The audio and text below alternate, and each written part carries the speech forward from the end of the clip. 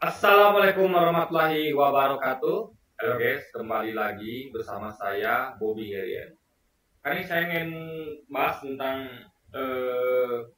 salah satu lakon pengungsi musim Rohingya yang dikeluhkan oleh warga Aceh, terutama Cut Anggi ya, tentang kebiasaan buruk dari orang-orang Muslim Rohingya pengungsi yang suka membuang-buang makanan, menyanyiakan makanan gitu guys. Di makanan itu alih-alih dimakan malah dibuang.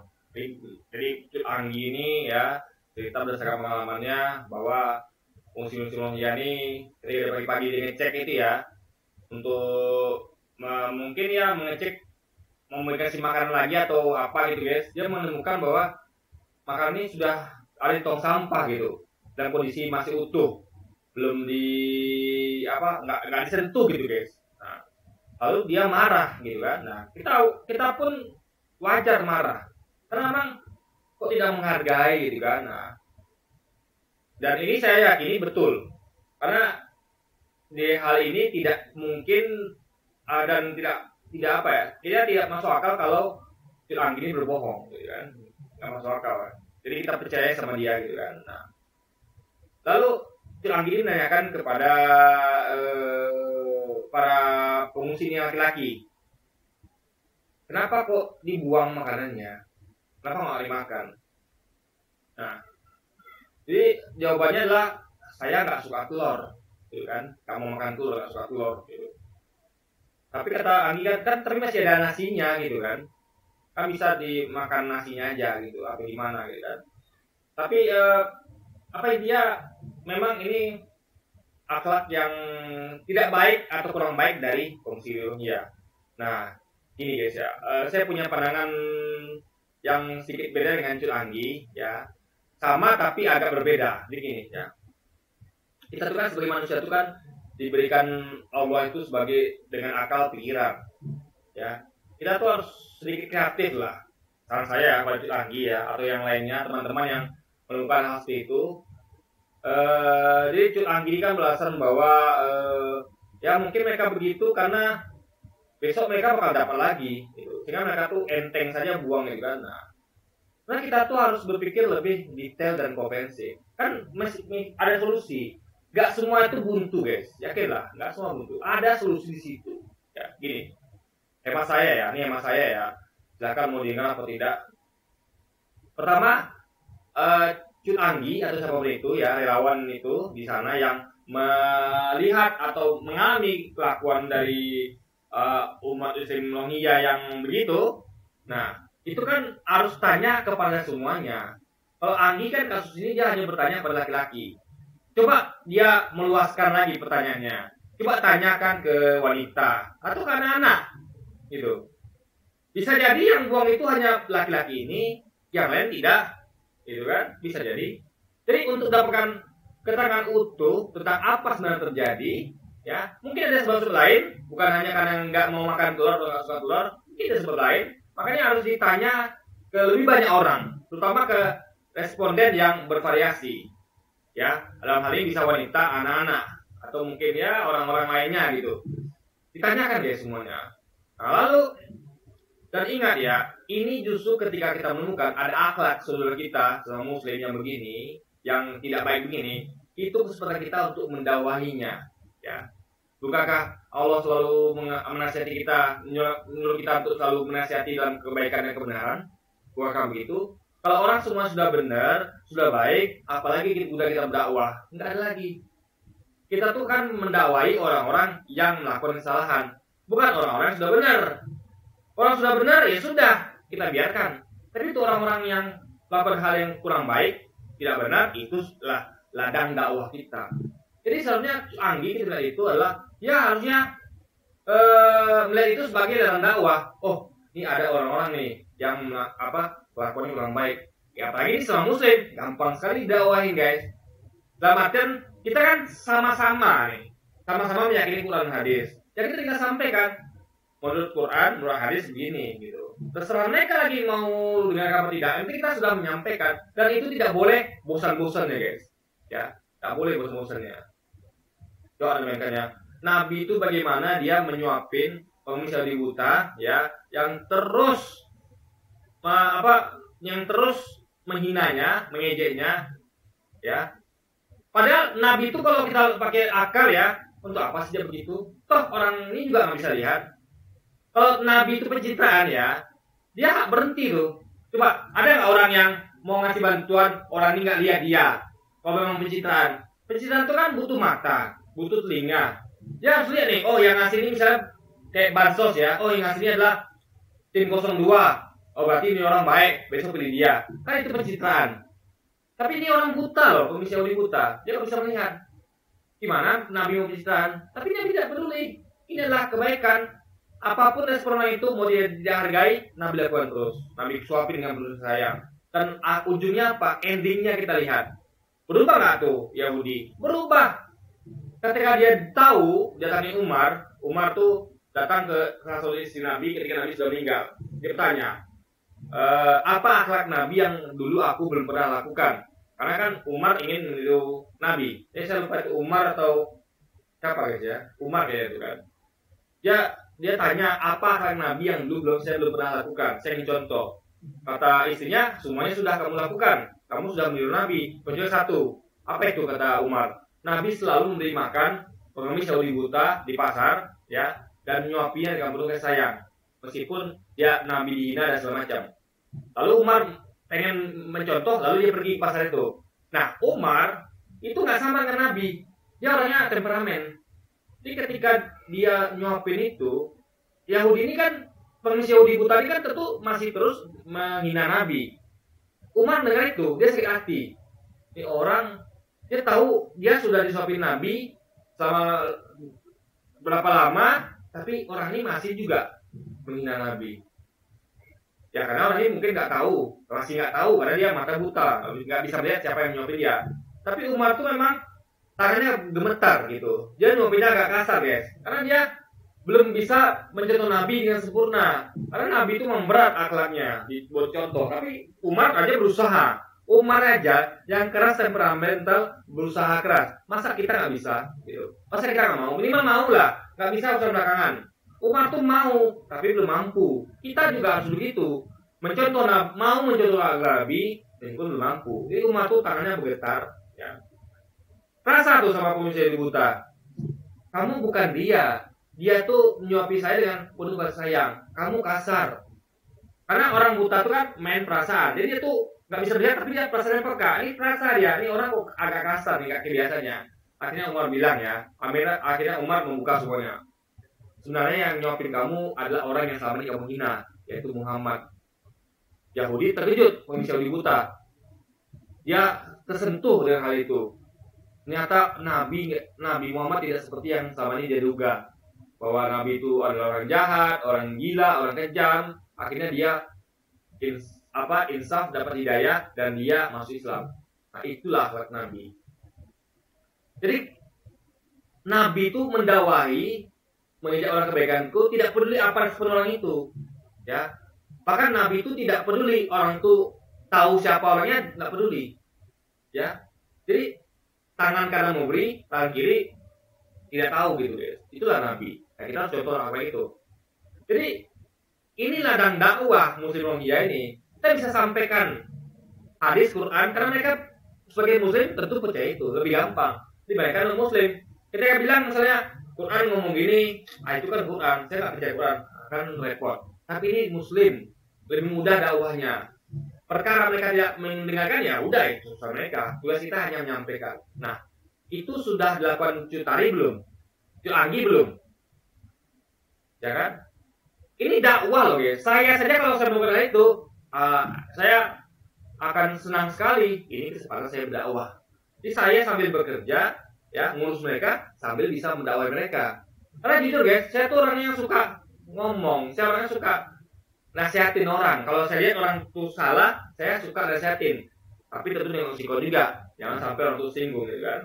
Jadi kalau orang-orang kira-kira bakal singgung, saya bakal nasihatin. Karena lebih baik menghindari konflik dibandingkan kita memaksakan menasihatin. Kalau ini kan tidak langsung, Jadi terserah lah mau dengar mau tidak, yang penting saya di depannya. Mungkin dia nggak ada yang setuju sama saya gitu kan, yang penting saya dia di depannya, tidak frontal tapi dalam medsos. Jadi pesan saya nih bukan hanya untuk Cut Anggi tapi untuk semuanya gitu kan. Nah, jadi Cut Anggi itu harusnya lebih baik tanyakan dulu kepada banyak orang yang banyak berbeda segmennya, yaitu anak-anak dan wanita, dan sehingga diketahui utuh apa sih masalahnya. Bisa jadi jangan-jangan itu hanya pendapat dari laki-laki itu saja, bukan semuanya, mungkin ada sebab lain kita nggak tahu, makanya perlu kita tahu. Kedua yaitu kesempatan untuk mendakwai. Jadi apapun argumen mereka, kalau salah ya dakwahi terus tanpa bosan, tiap hari terus begitu ya. Mereka nggak mau dengar pun nggak apa-apa, bukan salah kita, itu tanggung jawab dia dengan Tuhannya, dosanya mereka tanggung, kita cuma menyampaikan. Lalu kedua, bukankah itu kesempatan ketika mereka melakukan itu, kita bisa kasih makanan itu kepada yang lain, ya kan? Jadi tentu bukan setelah mereka buang dan ketahuan basi, tapi ketika di antara aku tanya, ya dari hati-hati, Pak ini kan menunya telur nih, ini kan nasi sama telur, kira-kira Bapak mau makan nggak?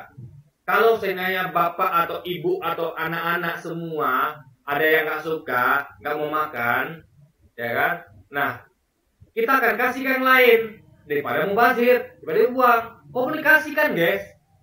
Alhamdulillah kan? Kalau mereka katakan enggak, kami nggak mau telur, yaudah kami nggak makan, ya sudah, kita kasih ke yang lain. Maaf Pak Bu ya, kita memang untuk penggantinya kita nggak ada dana, misalnya ada dana gitu kan? Kita memang lagi susah juga, ya sudah, kita kasih yang lain ya. Nah kasih itu ke yang lain yang lebih membutuhkan gitu, yang memang mau. Jadi tidak akan ada makanan untuk sia-sia. Jangan ditunggu, dikasih, nggak ditanya, tiba-tiba makanan itu basi, lalu Anda komplain. Oke, yang pertama mungkin kecolongan, oke. Oh ternyata ini kasusnya kita nggak sadar. Yang kedua kan, seharusnya kan nggak mungkin kita jatuh ke lubang yang sama kedua kali. Yang kedua kan kita verifikasi, oh ternyata begini, besok berarti taklinya begini. Nah besok itu ketika ngantar, tanyakan, Pak, Bapak kan kemarin kita ngomongin kasus nih, Bapak tuh buang makanan ini tong sampah, Bapak kan alasannya apa Pak gitu? Oh nggak mau telur, oke Pak. Lain kali kita kan misalnya kan mereka ini kan relawan, kan yang masak itu kan pusat. Nah mereka kan bisa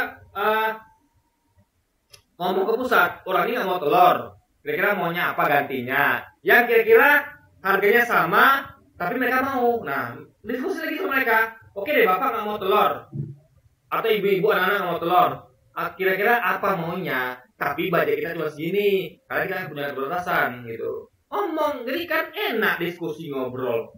Jadi jangan sebagai relawan itu hanya menjalankan tugas, sudah antar makanan, gak dimakan protes, habis itu marah, habis itu nyerah. Nggak begitu guys.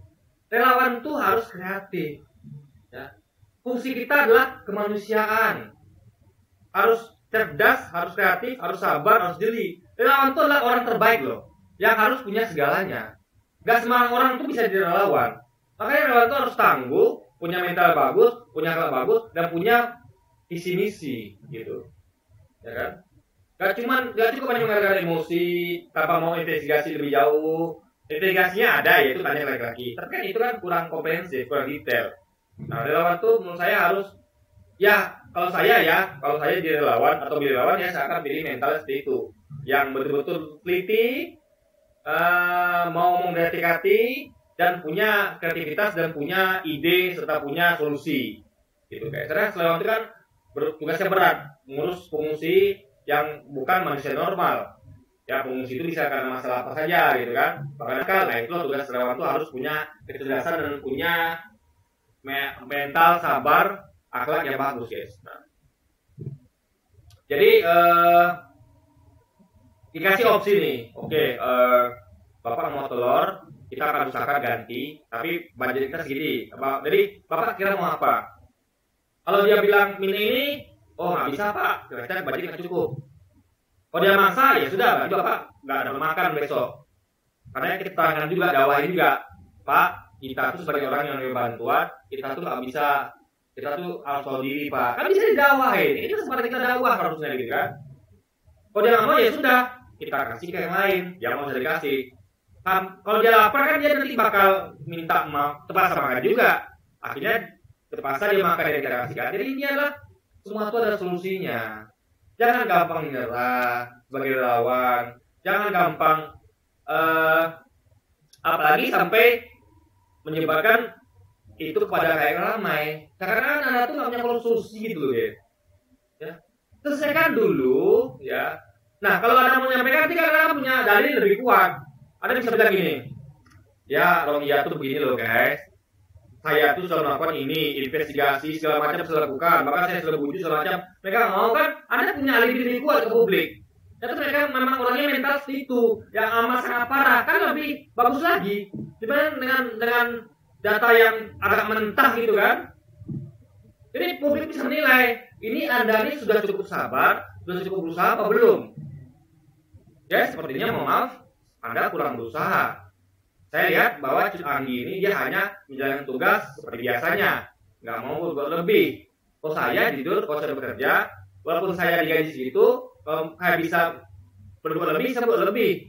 Karena kan ini kan sebagai bentuk profesional kerja, bukan hanya mengerjakan yang biasa, tapi juga yang luar biasa. Kita akan memberikan terbaik untuk apa yang kita kerjakan, gitu kan. Apalagi ini berhubungan dengan mencari pahala sebanyak-banyaknya. Karena kan dakwah itu pahala, memberi solusi, apalagi untuk manusia itu kan pahala lebih besar dibandingkan orang yang cuma kerja sama perusahaan gitu kan. Nah, jadi banyak kebaikan di situ kalau kita mau berpikir, banyak sekali guys kebaikan di situ.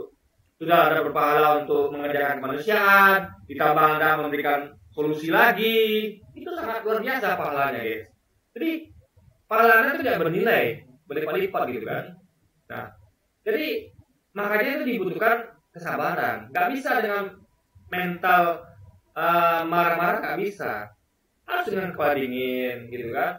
Kalau saya sih orangnya cuek guys. Mau orang yang saya bantu itu, mau tidak menghargai pun saya tidak peduli. Tidak mengurangi tidak mengurangi niat saya untuk bantu gitu loh. Saya tidak akan pernah misal bantu orang, nggak pernah. Oh orang ini bantu jahat, saya nyesal, nggak pernah guys. Karena kalau kita nyesal, pahala kita hilang. Ingat, jangan pernah menyesal bantu orang. Kecuali kalau orang itu bantu itu untuk menyalahgunakan. Contoh, saya bantu orang, misalnya dia butuh pisau, saya kasih pisau. Apa saya mitigasi? Ini pisau itu apa ya? Tiba-tiba digunakan untuk melukai orang, bunuh orang. Itu saya nyesal. Aduh, kenapa sih saya nggak hati-hati? Karena ini berhubungan sama nyawa orang lain, keselamatan orang lain. Tapi kalau soal makanan, itu kan hal yang sepele, guys. Ketika dia buang makanan kan tidak ada orang terluka. Ya, paling makanannya buzir, ya kan? Itu saja. Kita tidak boleh menyesal dengan hal itu. Menyesal ngasih makanan ke dia, makanan dibuang. Jangan. Cari solusi, gitu. Kecuali kalau kita kasih pisau, ini orang yang butuh pisau, kita dikawasi, yang dipakai dia untuk bunuh orang, itu baru kita patut menyesal. Kalau bantuan kita digunakan untuk menyukai orang lain. Tapi kalau begini kan ini bukan masalah saya, pilih saya guys. Jadi jangan terlalu sebagai orang yang beriman, jangan lihat sesuatu secara ekstrem, kita harus di tengah-tengah, ya. Jangan membesarkan sesuatu yang harusnya ada solusinya. Tangani dulu solusi itu sendiri, jangan gampang menyerah dan ekspos publik.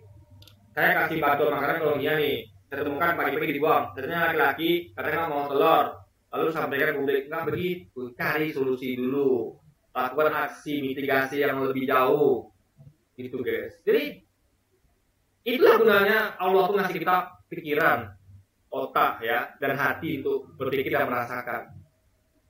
Ya, jangan gampang menyerah dan jangan gampang mengumbar aib orang, apalagi ini aib yang hanya berhubungan dengan itu. Ya.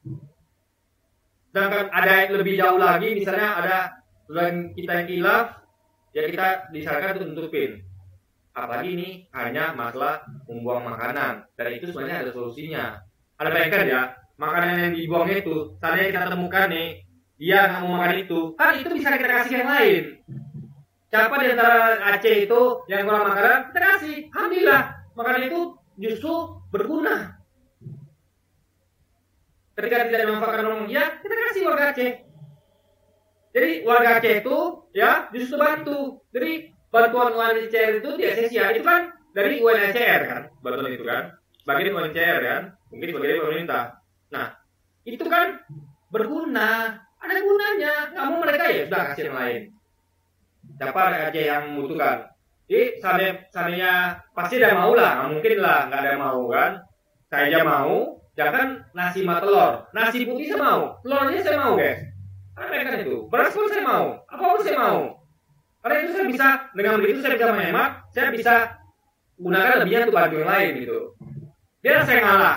Misalnya saya punya ayam nih, saya punya ayam. Lalu ada orang yang dikasih makan telur nggak mau makan nasi. Ya biar saya makan nasi telur itu, ayam saya kasih yang lain. Saya lebih milih gitu guys. Yang penting kan makan, kenyang.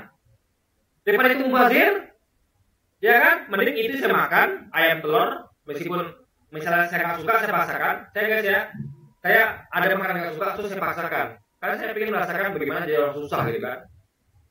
Jadi saya makan ayam telur itu, ayamnya saya kasih yang lain. Saya nggak merasa rugi. Kenapa? Karena saya tidak kelaparan. Alhamdulillah cukup. Walaupun saya tidak makan ayam, karena bagi kita nikmat itu hanya sesaat, akan hilang nantinya. Begitu ayam itu kita masuk mulut, kita punya, hilang tuh. Karena kan indap penyedap itu ada di lidah. Begitu masuk longgongan, hilang rasanya. Sudah. Cuma sebentar. Nah, yang nikmat yang utama kan nikmatnya surga. Itu kita kejar gitu. Bukan 5 saat. Jadi kalau saya nih ada harus saya masuk makan ayam hari ini nih. Nah, saya dikasih telur, ya sini saya makan. Nah, ayamnya saya cari yang lain. Siapa mau makan ayam nih? Saya kasih gitu guys. Itu solusinya gitu loh. Jadi yakinlah tidak akan ada yang terbuang. Nah, itu pendapat saya ya, daripada ada begitu cuci anggi atau yang lain relawan ya, daripada Anda ngumbar aib ya, yang harusnya ada solusinya, ya Anda kerjakan dulu. Ya. Kalau nggak juga ada solusi, baru Anda sampaikan. Kita berusaha keras, kita melakukan salah hal, tapi nggak juga pengaruh, baru Anda sampaikan. Mungkin ada dengan itu orang mungkin ada ide lain, pikir ide lain, oh, berarti cara ini nggak tembus. Tapi kalau Anda belum mencoba, ya apa ya? Itu orang tua akan mencoba hal itu, ternyata memang nggak tembus, akhirnya nggak tuntas. Makanya harus dipetakan, guys. Harus dilihat dulu, harus sabar kuncinya gitu kan. Apalagi relawan. Oke, dan satu lagi ya, nih saya juga agak sedikit ngerti kenapa mereka itu tidak agak mungkin ya sedikit shock. Nah itu salah ya. Saya tidak pernah menerangkan Rohingya begitu, enggak. Di sisi ini memang Rohingya itu saya salah, memang saya akui. Saya tidak pernah membela orang Rohingya kalau mereka salah. Dan saya juga tidak pernah membela atau mengkritik Cut Anggi dan lainnya kalau mereka memang benar atau salah. Tergantung, kalau mereka benar saya puji, kalau salah ya saya kritik. Nah.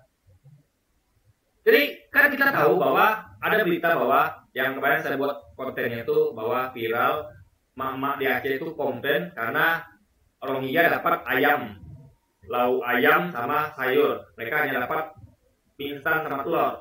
Nah itu kan yang ngasih Rohingya itu kan UNHCR, yang ngasih mama kan pemerintah. Ya, nah nuntutnya pemerintah lagi. Berapa kok UNHCR bisa ngasih ayam ke Rohingya, kok pemerintah nggak bisa? Kok cuma ngasih telur instan? Itu salah pemerintah, bukan salah UNHCR atau salah Rohingya. Nah kalau Anda mau dapatkan sama kayak Rohingya, ya Anda jadi pengungsi juga. Jadi kalau Anda mengungsi ke negara lain sama kayak Rohingya, Anda kan dikasih ayam goreng. Ya dijamin sama UNHCR. Tapi kalau Anda bukan pengungsi seperti Rohingya, ya gimana mau kasih ayam goreng? Karena Anda tidak berhak. Yang bantu Anda kan yang berhak tuh Anda menerima bantuan dari pemerintah. Nah itu ya pemerintah yang salah. Kenapa hanya ngasih instan sama telur? Nah, jadi kita maklum, mungkin selama ini mereka tuh terbiasa menerima menu dari UNHCR, yaitu misalnya kayak ayam goreng atau apa itu guys. Ini mereka merasa kok ini ya, biasa kita nggak begini. Jadi orang yang biasa mungkin punya kebiasaan apa ya buruk lah mungkin guys. Makanya kita tuh harus belajar hidup untuk bisa pada situasi. Saya orangnya begitu guys. Saya mau ada ayam ya saya makan, ada telur saya makan, nasi putih pun saya makan, apapun saya makan, yang ada saya makan, tidak pernah saya pilih. Ada ayam alhamdulillah, ada daging alhamdulillah, kalau ada ya sudah alhamdulillah juga gitu. Nah itu harus dibiasakan. Makanya saya tuh nggak pernah memaksakan diri makan ayam terus. Karena saya punya adik memang makannya ayam terus, adik saya. Sehingga ada kesulitan ketika harus makan misalnya jengkol atau apapun itu. Susah dia guys, karena sudah biasa. Nah, Rohingya ini begitu, dibiasakan. Nah, makanya ya mungkin mereka sekali makan telur, mereka nggak mau, besok terpaksa makan telur, mereka karena kelaparan mau. Akhirnya mereka mau biasa dan mereka akan mau makan telur. Nah, itu kan tergantung kebiasaan, tergantung pola. Cuman kalau sekali Anda sudah nyerah, Anda besok nggak mau lagi ya, mereka tidak akan pernah berubah biasanya. Mereka akan selalu pengennya makan ayam, tak mau makan yang lain. Karena memang sudah dibiasakan gitu di UNHCR gitu loh, ya kan? Karena ya semuanya kita tuh ada budget. UNHCR ada budget atau minta ada budget, kan tidak selamanya. Makanya mereka harus didik untuk bisa menerima makan telur misalnya. Dan itu butuh kesabaran. Nggak mungkin orang tuh langsung switching pindah dengan itu nggak bisa guys. Itu butuh habit biasa dan itu harus pelan-pelan. Jadi caranya mereka harus lapar dulu. Orang lapar akan makan apa saja, nggak mungkin milih. Mereka daripada lapar, mending makan. Nah, mungkin mereka lagi pakai egonya, karena rasa lapar itu akan menghilangkan rasa ego. Tapi kalau waktu itu mereka buang, berarti mereka lebih tinggi egonya, gitu kan? Udah biasa kasih ayam goreng sama UNHCR, gitu kan? Nah, ya kita harus sabar, karena ego itu nggak bisa dilawan dengan ego. Ego itu dilawan dengan sabaran. Jadi Cun Anggi mungkin dia melawan ego dengan ego. Ini nggak ngasih ayam nih, kurang ngasih telur, ngasih makan nih, kurang ajar nih. Egonya bermain. Coba kalau dia main hati dan kesabaran, dia kan bilang, oke, mungkin kamu mau makan telur sekarang. Besok ketika kamu lapar, kamu pasti makan telur. Saya kasih lagi telur, gitu. Mau dia makan kan? Gitu saya ulang lagi. Lama-lama dia biasa gitu. Nah, jadi mendidik itu, mendakwah itu nggak bisa instan. Harus kesabaran, dengan proses, dengan teliti, dengan sabar lah pokoknya guys. Terus lakukan. Kebiasaan itu kan harus dibentuk. Pola itu harus diulang-ulang supaya terbentuk pola, gitu guys. Nah itu saran saya kepada Cun Anggi dan teman-teman yang relawan. Dan ini tuntas ya, bahas topik tentang Rohingya atau siapapun itu yang ketika pengungsi itu ya, apapun sukunya, kita akan bicara suku sini. Tapi kebetulan di sini kasusnya menimpa pada Rohingya, apapun sukunya, apapun jenisnya, mau pengungsi, mau siapa kayak, ketika kita bantu melakukan itu, buang makanan, apa solusinya yang harus lakukan, itu harus kita lakukan ya. Itu yang saya suka dari. Jadi kalau ya ada boleh setuju ya, kita semua punya pendapat masing-masing. Ya, kita yang penting sering hargai aja dapat masing-masing. Oke, jadi mungkin sekian dulu aja video kali ini dan sampai jumpa lagi di video-video selanjutnya. Dan wassalamualaikum warahmatullahi wabarakatuh.